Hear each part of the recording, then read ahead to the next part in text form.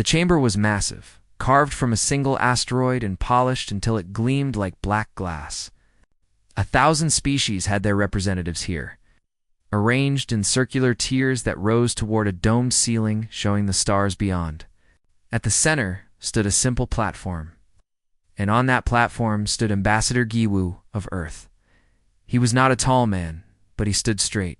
His dark suit was plain compared to the elaborate robes and biological displays of the alien delegates around him. Behind him stood his small team, Hannah, his second-in-command, and 3 others who had spent 5 years preparing for this moment. They had rehearsed every word, anticipated every question, prepared for every scenario except the one that was unfolding. "The answer is no," Counselor Talmik said. His translator rendered his voice as smooth and cold. "Humanity's application for full membership in the Galactic Council is denied." Jiwoo had expected this might happen, but hearing it spoken aloud still sent a shock through his chest. 5 years. 5 years of diplomatic missions, of humanity proving itself, of contributing everything asked, and more. All for this? May we know the reasons? Jiwoo asked. His voice was steady. Talmik species, the Vernathi, resembled tall mantises with too many joints.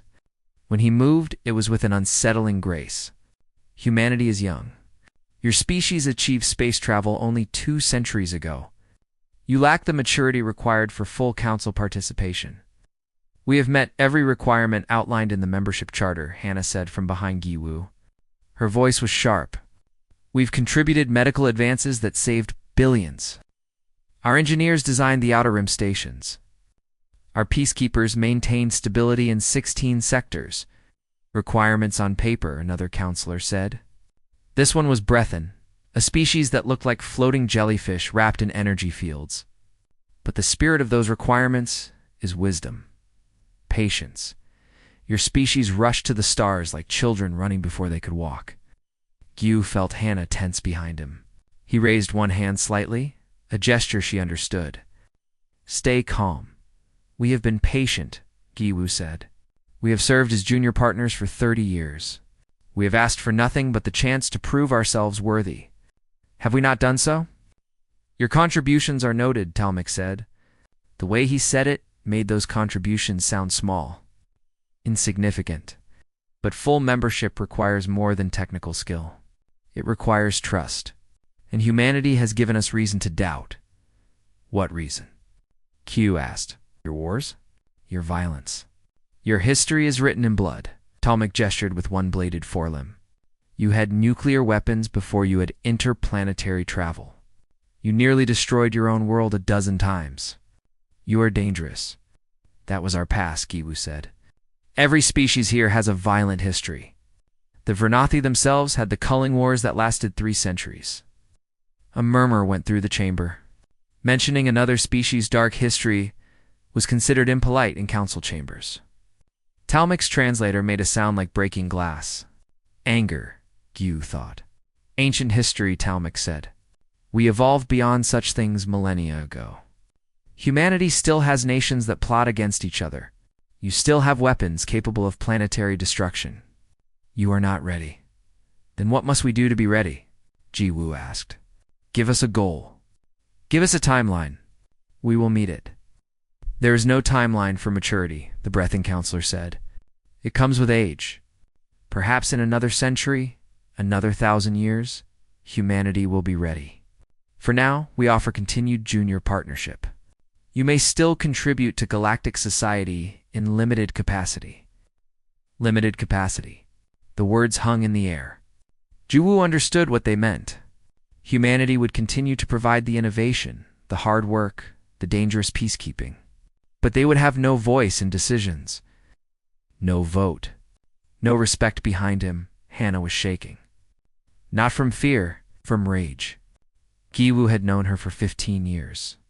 She was brilliant, dedicated, and she had sacrificed everything for this diplomatic mission.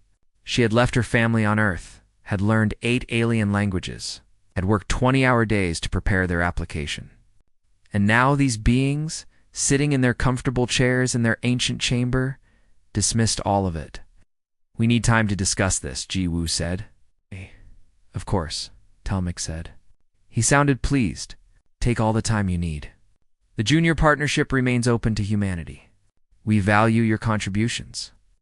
Giwu bowed slightly, a human gesture the aliens probably didn't understand. He turned and walked from the platform. His team followed. They moved through the massive doors into the corridor beyond, where no one could hear them. Hannah exploded. 30 years. We've given them 30 years. We've bled for them, died for them in their border conflicts. And this is Hannah, Giwu said quietly. She stopped. She was breathing hard. The others were silent, their faces showing the same anger, the same shock. We knew this might happen, Giwu said. But we did everything right, one of the others said. This was Youngmin, their legal expert. Everything. We followed every rule, every protocol. We earned this. Apparently not, Giwu said. He was surprised by how calm he felt. The initial shock had passed, and now he felt something else. Clarity. We can't earn something they never intended to give.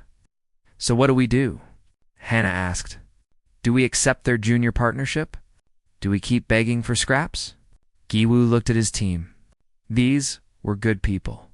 Smart people. They had dedicated years to this mission because they believed in something larger than themselves.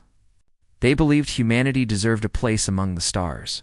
They believed that cooperation between species was worth the effort. But Giwu was suddenly tired.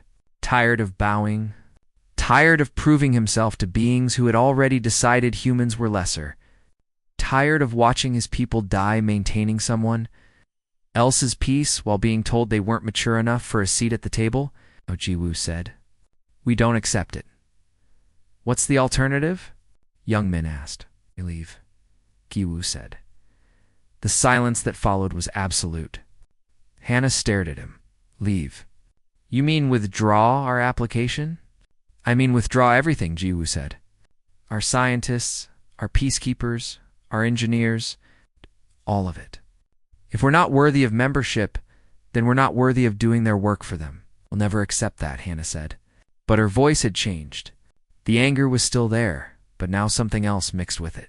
Hope, maybe, or satisfaction. You don't have to accept it, Giwu said.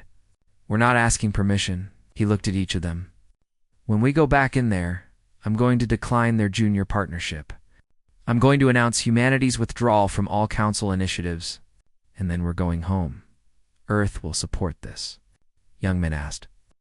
Earth will understand, Giwu said. We came here with dignity.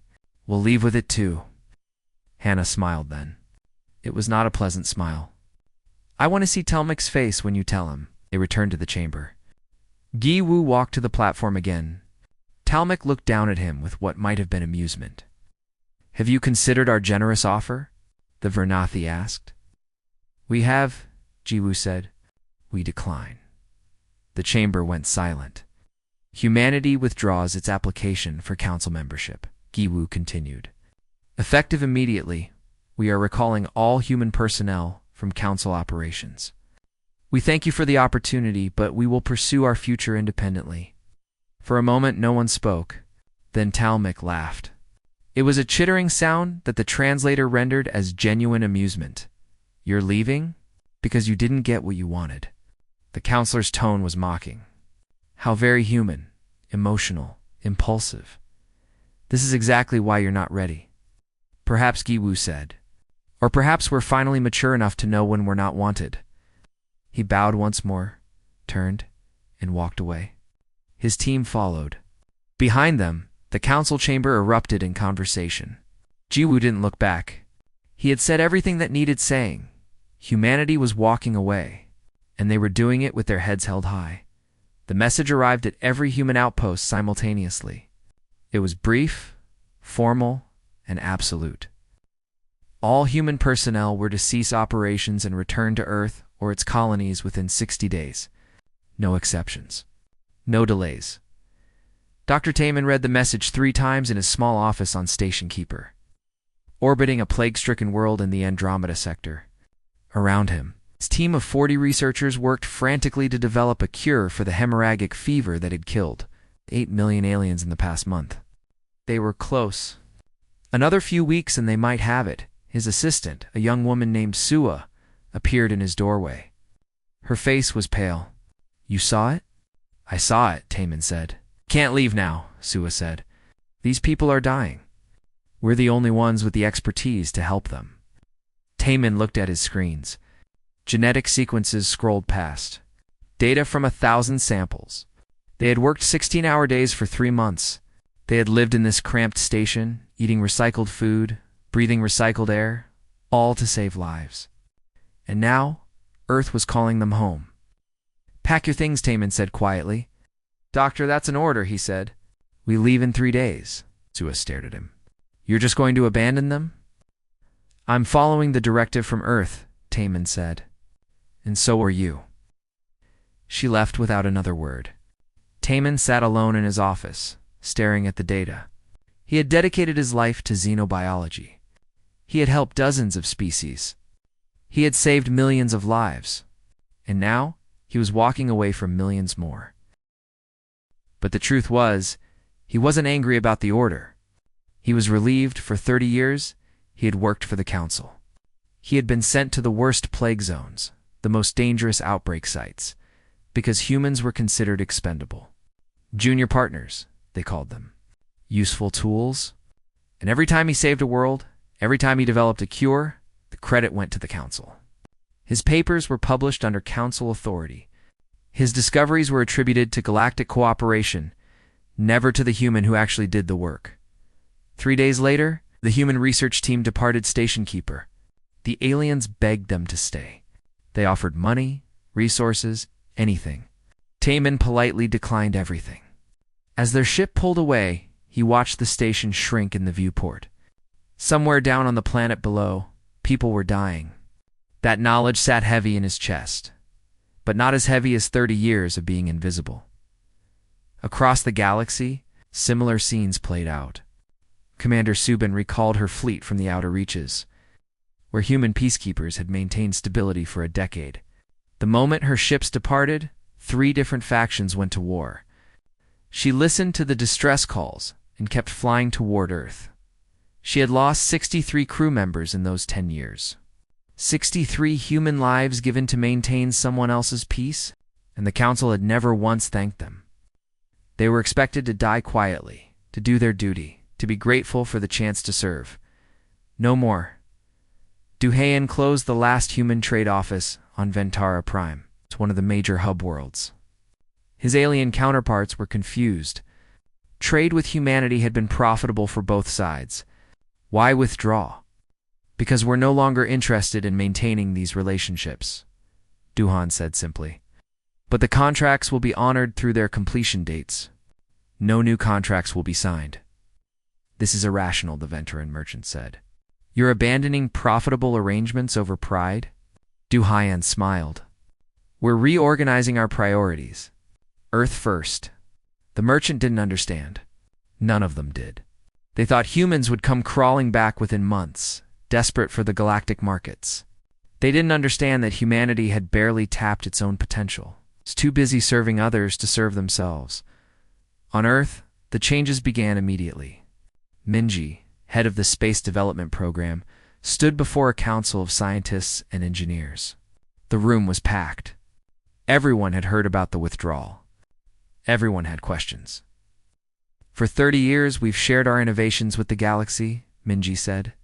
We've given them our fusion technology, our medical advances, our agricultural techniques. And in return, we received access to their markets and their knowledge. She paused. But here's what we didn't realize. We always gave more than we received. We thought their knowledge was superior because they were older civilizations. But the truth is, we're better. We innovate faster. We adapt quicker. We just never had the resources to prove it because we were too busy helping them. She activated a holographic display. It showed a new engine design. This is the Mark 7 drive. It's based on research we began 20 years ago, then abandoned to work on council projects.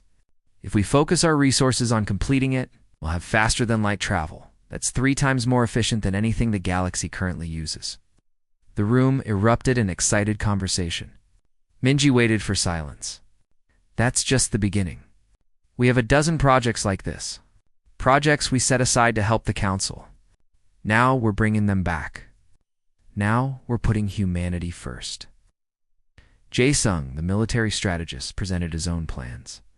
A defensive network that would make human space impenetrable. New weapons systems. Better shields. All based on human innovation, not borrowed alien technology. We're not building an empire, Jae-sung said. We're building a fortress. Let the galaxy do what it wants.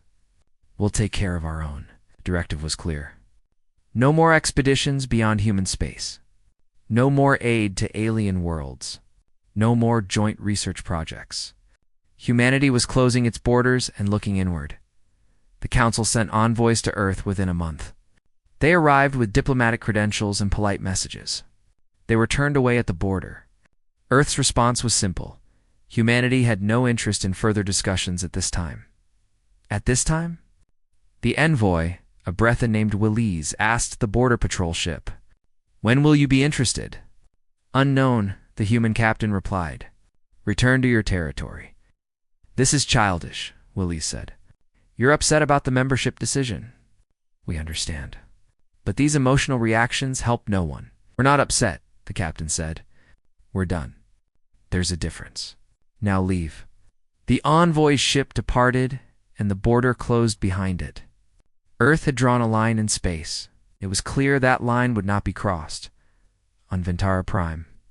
The plague that Taman had been fighting claimed 20 million lives before burning itself out. The Council sent other scientists, but they lacked the human intuition for genetic problems. The cure came too late, in the outer reaches. The war that started when Subin's fleet left claimed 4 worlds and killed billions. The Council sent peacekeepers from other species, but they lacked the human ability to negotiate with hostile parties. The war dragged on for years. Trade routes collapsed. The efficiency humans had brought to galactic commerce disappeared. Ships arrived late, goods were lost, prices climbed. The economic impact rippled through 100 systems, and through it all, humanity remained silent. They didn't gloat. They didn't comment. They simply withdrew to their own space and focused on their own affairs. Counselor Talmik, reviewed on Kethra Prime, reviewed reports of human withdrawal. His aides had compiled data showing the impact. It was significant, yes, but manageable. The galaxy had existed long before humanity arrived. It would continue without them. "Should we reach out again?" one aide asked. "Offer concessions?" "No," Talmik said. "Let them sulk. They'll realize their mistakes soon enough. They need us more than we need them." But Talmik was wrong. He didn't understand humans yet. He didn't understand that they could hold a grudge forever. That when humans decided they were done, they meant it. On Earth, Jiwoo retired from diplomatic service. He gave one final speech before leaving office. "We went to the stars looking for friendship," he said. "We found a marketplace instead. So now we're building something better. Something ours. And we don't need anyone's permission to do it." The applause lasted 10 minutes. Humanity was done begging. Humanity was done proving itself. Humanity was going to build its own future. The galaxy could watch from the outside. 20 years had passed since humanity closed its borders. An entire generation had grown up knowing the galaxy only as stories their parents told. To them, aliens were history. The future was human. Engineer Young-soo stood in the control room of Prometheus Station, humanity's largest orbital construction facility. Through the massive viewports, he could see the skeleton of something that would change everything. A fusion reactor the size of a small moon, capable of powering 100 colonies. "Final checks complete," his assistant said. "We're ready for ignition." Young-soo nodded. His hands moved over the controls with practiced ease. He had spent 12 years on this project. 12 years of calculations, of failed prototypes, of starting over. But this time, it would work. He knew it. "Initiate fusion sequence," he said. The reactor came to life. Energy readings spiked across every screen. The output exceeded every prediction. Young-soo watched the numbers climb and felt something like pride. The Council's best reactors produced maybe a third of this power. They had told humanity that their fusion research was primitive, that it would take centuries to match alien technology. They had been wrong. "We did it," his assistant whispered. "We did," Yangsu said. "Now let's build 10 more. Across human space, similar breakthroughs happen daily." Scientist Yunji published a paper on rapid terraforming that revolutionized colony development. Her technique used tailored bacteria to convert atmospheres in years instead of decades. Within a month, 6 new worlds began the transformation process. EUN-G stood on one of those worlds. Watching the gray sky slowly shift toward blue, the bacterial colonies were working faster than predicted. In 3 years, this rock would be a garden. Humans would breathe here without suits. Children would play in grass that didn't exist yet. "It's beautiful," her colleague said. "It's just beginning," Yunji replied. She thought about the alien terraforming she had studied during her junior partnership days. Slow, cautious, following procedures established thousands of years ago. It worked, but it was conservative. Afraid of failure? Humans weren't afraid. They experimented. They took risks. And when they failed, they learned and tried again. That was humanity's advantage. Not caution, not age. Speed and willingness to fail. Biora, Earth's prime minister, reviewed the expansion reports in her office. 40 new colonies in 20 years. 40 worlds where humans built homes. The population of human space had doubled. The economy had tripled. And all of it without a single credit from the galactic market. Her aide entered with another stack of messages. "More requests from the council," he said. Bora didn't look up. "Same response?" "Same response," the aide confirmed. Every week the council sent messages. They started polite, then became concerned, and now bordered on desperate. The galaxy was falling apart, they said. Trade networks had collapsed. Wars were spreading. Plagues went unchecked. They needed human expertise. They needed human peacekeepers. They needed humanity. Biora deleted each message without reading it. She had been 12 years old when Jiwoo walked out of the council chamber. She remembered watching it on the news, remembered the adults around her being angry and sad. She remembered her father, a colony engineer, saying that maybe it was for the best, that maybe humanity needed to stop looking outward for validation and start looking inward for strength. Her father had been right. "Schedule a call with the colonial governors," Biora said. "I want status updates on the defense network." "The network is ahead of schedule," her aide said. "Commander Hyunwoo says it will be operational in 18 months. Biora smiled at the name. The young fleet commander had never seen an alien in person. He had trained his entire life to defend humanity from threats, but those threats were abstract to him, hypothetical. He represented the new generation, confident, self-sufficient. They didn't need the galaxy because they had never known anything else. Meanwhile, that galaxy was discovering just how much it had depended on humanity. The Vernathi civilization was crumbling. A species called the Krell, insectoid warriors from the Rim, had begun a campaign of conquest. They swarmed through systems like locusts, consuming everything. The Vernathi military tried to stop them, but they had grown soft over millennia of peace. They had relied on council peacekeepers, many of them human, to handle conflicts. Now those humans were gone. The Vernathi were learning to fight again. They were learning badly. Talmik, now ancient and frail, watched his species' homeworld burn from orbit. The Krell had broken through every defense. Millions were dead. Billions more would die when the planet fell. He had sent 6 messages to Earth in the past month, begging, pleading, offering. Everything he could think of, full council membership, territory, technology, money, anything. Humans didn't respond. Perhaps they didn't receive the messages, his aide suggested. Talmik made a sound like breaking glass. Bitter laughter. They receive them. They just don't care. How can they not care? Billions are dying, because we taught them not to care, Talmik said. We told them they were too young, too violent, too immature to sit at our table. We used their peacekeepers as cannon fodder and called it junior partnership. We took their innovations and gave them nothing in return. And when they asked for respect, we laughed at them, turned from the viewport. His compound eyes, once bright, were clouded with age. We taught them that the galaxy doesn't care about human lives. So now they don't care about galactic lives. We made them this way. The aide had no response to that. On Earth, in a small apartment in Seoul, Gi-woo watched the news feeds from the galaxy. He was old now, kept alive by medical technology that hadn't existed when he walked out of the council chamber. The treatments were human-developed, of course. Another innovation the galaxy had once mocked as primitive. His former assistant, Hannah, visited him every week. She was retired too, spending her time writing a history of humanity's departure from the council. It would be required reading in schools soon.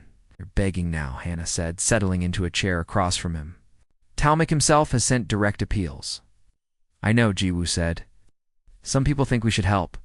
There's a whole movement among the younger generation. They say we're being cruel. Gu sighed.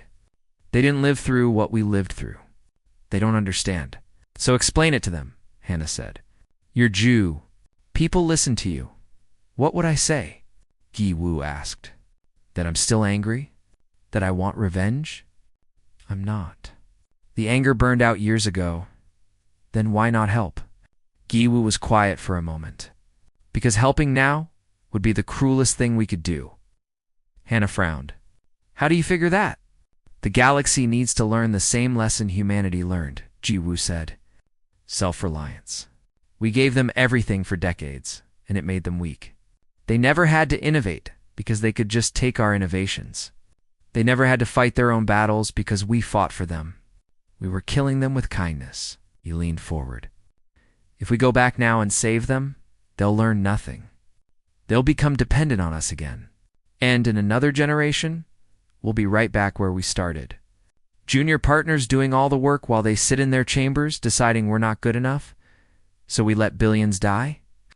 We let them learn to save themselves, Gu said. The same way we did. Hannah considered this.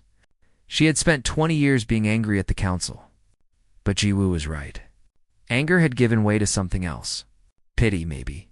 Or just exhaustion. The vote is next month, Hannah said. On whether to respond to the council's requests. How do you think it will go? 70-30 against helping, Hannah said. Maybe 60-40? The younger generation is more sympathetic. As they should be, Ji-woo said. They didn't live through the humiliation. To them, it's ancient history. And maybe that's good. Maybe the generation after them will vote to help. But not now. Not now, Gi-woo said. Now we stay strong. We stay independent. We prove that we didn't need them. We never needed them. Across human space, the vote played out exactly as Hannah predicted. 62% voted to maintain isolation. 38% voted for limited humanitarian aid. Biora announced that humanity would continue its policy of non-engagement with the galactic community. The decision was broadcast across human space. In the colonies, people cheered. On Earth, there were protests, but they were small. Most people agreed. Humanity had built something beautiful in isolation. Something strong. Something theirs, why risk it for beings who had never respected them? The golden age of Terra continued. Humanity spread through the stars, building faster and better than anyone predicted. They became legends to themselves, stories of a species that walked away from the galaxy and became great in isolation, and the galaxy burned without them. 40 years after humanity walked away. Counselor Talmik stood at the border of human space. His ship, one of the last remaining Vernathi military vessels, held position at the edge of a vast sensor network. Beyond it lay 50 human systems. Behind him lay the ruins of galactic civilization. The Krell had conquered a third of known space. The council homeworlds were evacuated. Trillions had died. And the beings who might have stopped it all refused to answer their calls. Commander was. Face appeared on the view screen. He was young, maybe 30, with the calm confidence of someone who had never known defeat. His uniform was crisp, his expression neutral. Behind him, The bridge of his flagship gleamed with technology that made Talmic's ship look like a museum piece. "This is human territory," Hyanwu said. "State your business." Talmic's translator rendered his words carefully. He had practiced this speech for weeks. "I am Counselor Talmic of the Vernathi people. I request an audience with Earth's government." "Denied," Hyanwu said immediately. "Turn your ship around." "Please," Talmic said. The word tasted like poison. He had never begged before in his long life.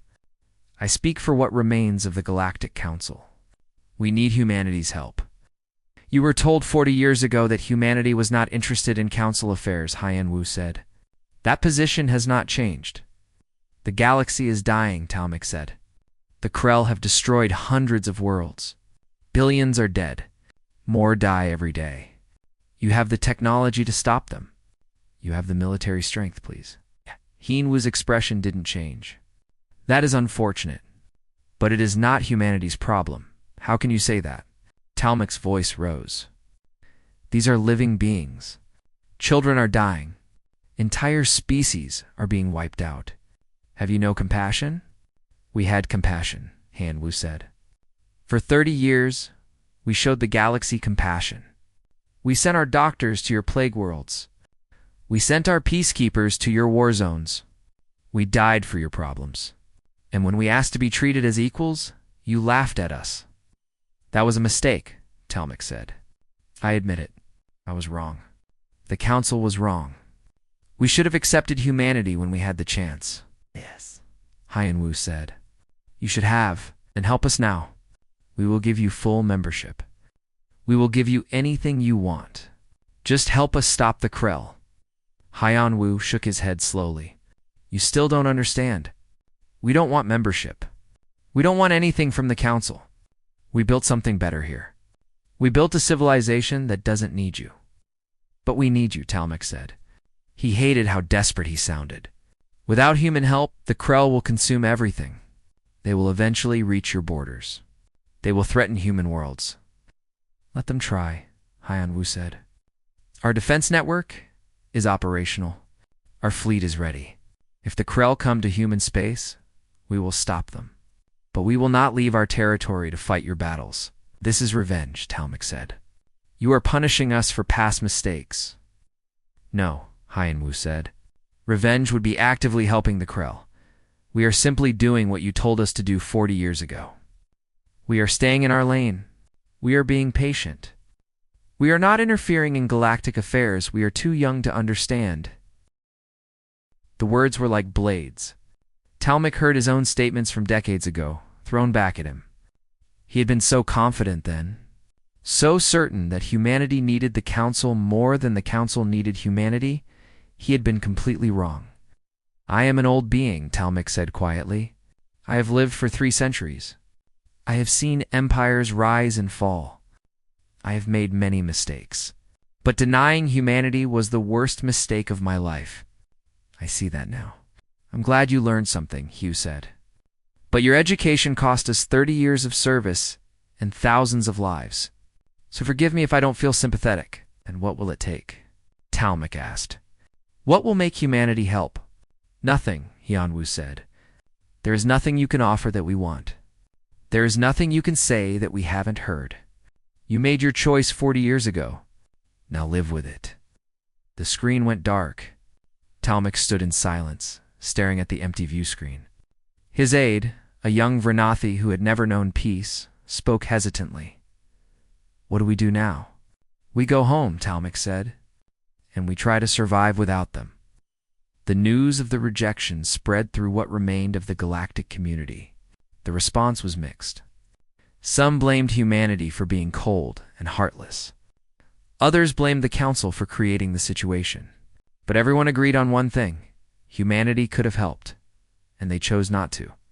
On Earth, the decision was celebrated. Hyanwu became a hero overnight. Recordings of his conversation with Talmic went viral. Humanity loved watching the old counselor beg for help and be denied. It felt like justice, but not everyone agreed. A young diplomat named Sung Ho watched the recordings with growing unease. He was 25 years old, born 15 years after the withdrawal. The council's rejection was ancient history to him. But the deaths happening now were not history. They were happening in real time. Sung-ho requested a meeting with Prime Minister Biora. He waited 3 weeks for an appointment. When he finally sat across from her in her office, he spoke carefully. "Thank you for seeing me, Prime Minister." "You've been requesting this meeting for a while," Biora said. "What's on your mind?" "The council's request for aid," Sung-ho said. "I think we should reconsider." Biora's expression didn't change. "Go on. I understand the history. I understand why humanity withdrew. But that was 40 years ago. The people dying now had nothing to do with the council's decision. They're innocents, children, and we have the power to help them. We also had the power to help them 40 years ago, Biora said. And 30 years ago, and 20 years ago. At what point does their crisis become our responsibility? When we have the ability to prevent mass death and choose not to, Sung-ho said, that makes us complicit. Or it makes us realistic, Biora said. You weren't alive when the council rejected us. You didn't see the contempt in their eyes. You didn't watch human peacekeepers die, maintaining their stability while they called us too primitive for membership. I know the history, Sung-ho said. But I also know that holding grudges while billions die is not who we should be. Biora studied him. How old are you? 25. You represent your generation well, she said. Idealistic, compassionate, unburdened by the past. Is that a bad thing? No, Biora said. It's actually refreshing. But here's what you don't understand. If we help them now, we become their protectors, their guardians. We solve their problems, and they never learn to solve their own. They become dependent on us, and we become responsible for every crisis in the galaxy.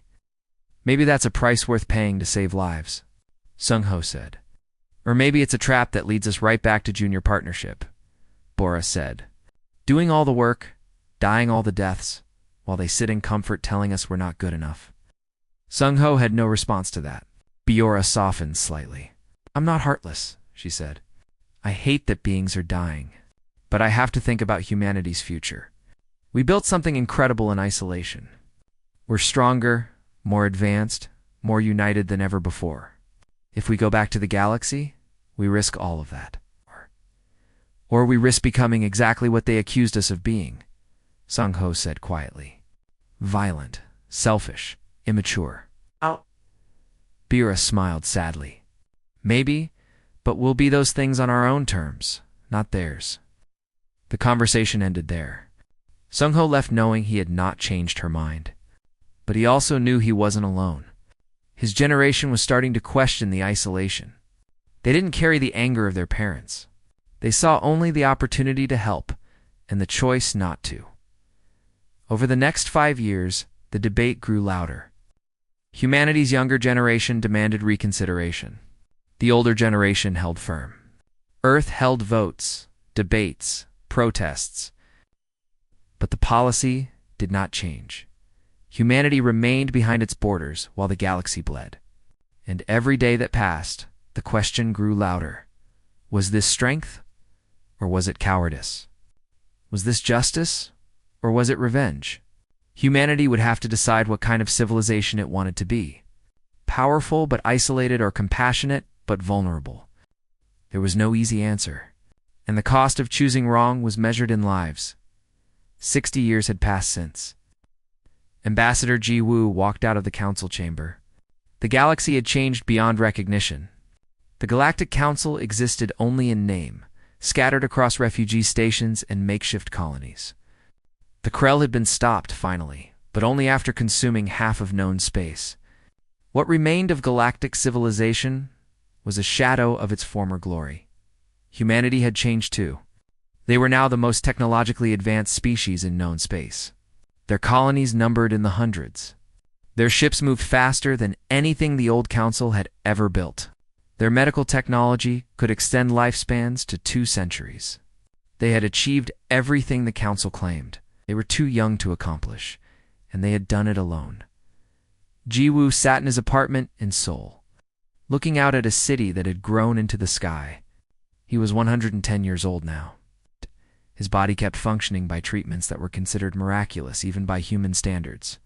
His mind was still sharp, though his memories sometimes felt like they belonged to someone else. Had he really stood in that chamber all those years ago? Had he really walked away from the greatest alliance in the galaxy? Yes, he had, and he would do it again. The door chimed. His visitor was early. Ku pressed a button, and young Ambassador Sarah entered.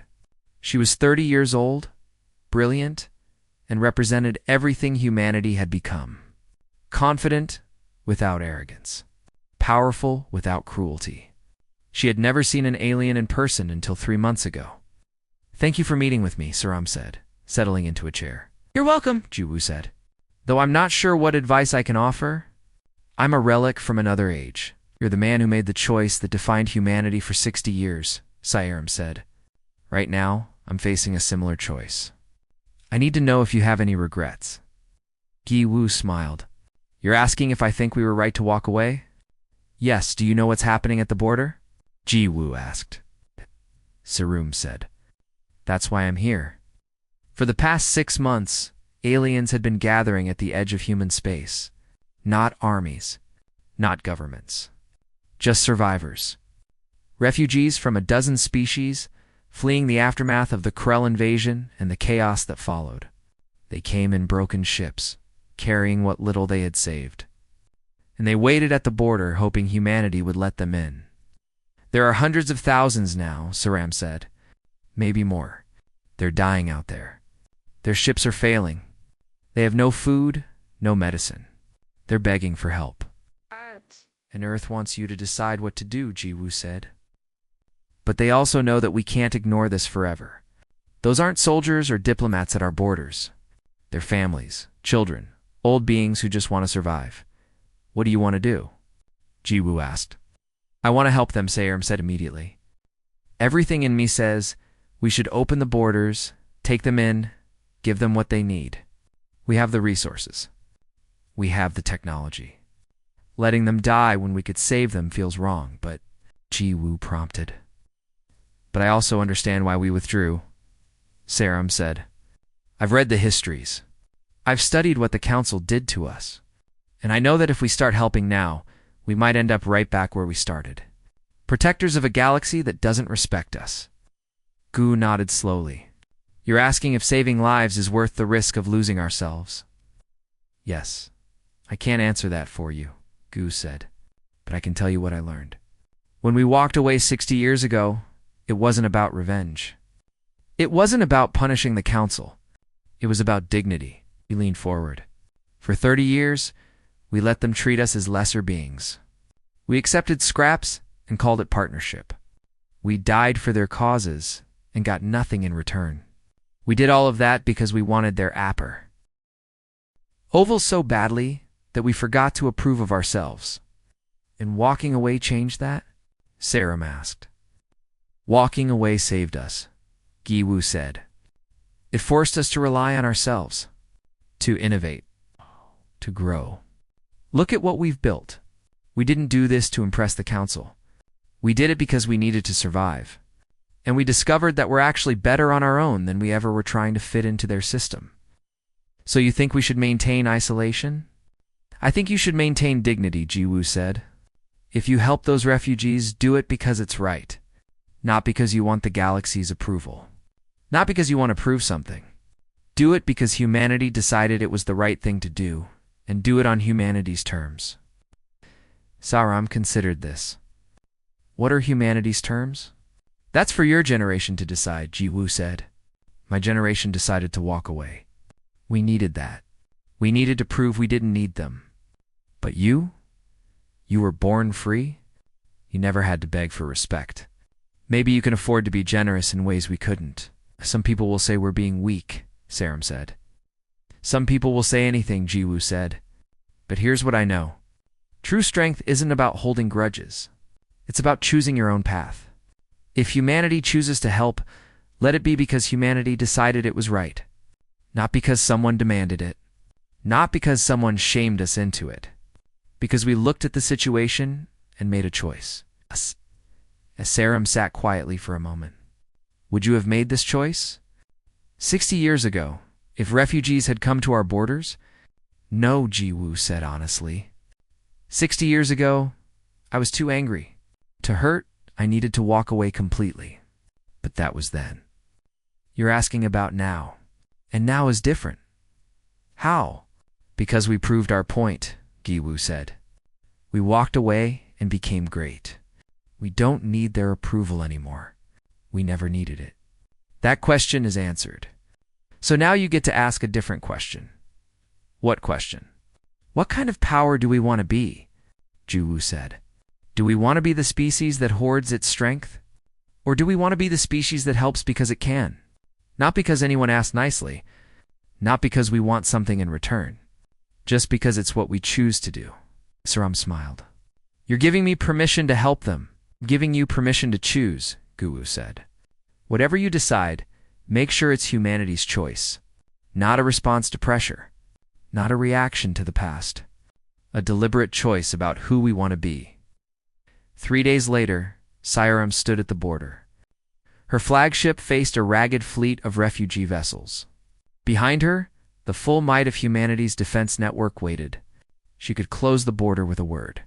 Or she could open it. She thought about Jiwoo's words. She thought about 60 years of isolation. She thought about the choice her generation was making not for the galaxy, but for themselves. Open humanitarian corridors, she said. Medical ships first. Process the refugees in groups of 100. Full medical scans. Full background checks. Anyone who passes gets temporary asylum on Station Haven. Her officers moved to execute the orders. One of them, a captain named Dong Wu, spoke carefully. Ma'am, this will change everything. Once we start helping, they'll all come. But they'll come on our terms. We're not joining the council. We're not going back to how things were. We're offering help as a sovereign power to beings in need. That's it. And if they demand more, then we'll politely decline, Saram said. We don't owe them anything. But that doesn't mean we can't choose to help when we want to. The first refugee ship passed through the human border, then another, then 10 more. In the weeks that followed, hundreds of thousands of aliens received human aid, medical care, food, shelter, not because humanity owed it to them, but because humanity chose to give it. On Earth, the decision sparked fierce debate. Some called Saram a traitor to Jiwoo's legacy. Others called her the future of humanity. The votes were close, but ultimately the decision stood. Humanity would help, but on human terms. Giwoo watched the news from his apartment. He saw the refugee ships being processed. He saw human doctors treating alien patients. He saw young humans meeting aliens for the first time, with curiosity instead of resentment, and he knew Saram had made the right choice. Not because it was his choice, but because it was hers. Talmik, ancient and dying, heard about humanity's aid from his refugee camp. He had lived to see his species nearly destroyed, his civilization scattered, his arrogance proven catastrophically wrong. And now he lived to see humanity, the species he had dismissed as too young, become the galaxy's greatest hope. He sent one final message to Earth, not a request, not a demand, just words. Thank you, and I'm sorry. He received the message. He thought about replying. He thought about all the things he could say, about pain and growth, about mistakes and learning, about how the galaxy's greatest regret had become humanity's greatest strength. In the end, deleted the message without responding. Some conversations didn't need closure. Some lessons had to be lived, not explained. 60 years ago, humanity had walked away in silence. They had been dismissed, rejected, told they weren't good enough. And instead of fighting to prove their worth to beings who would never respect them, they had simply left. They had built something better. Something theirs. Now, 60 years later, humanity was still walking their own path. Not back to the council. Not into isolation. But forward into whatever future they chose to create. And if the galaxy wanted to follow, they could try.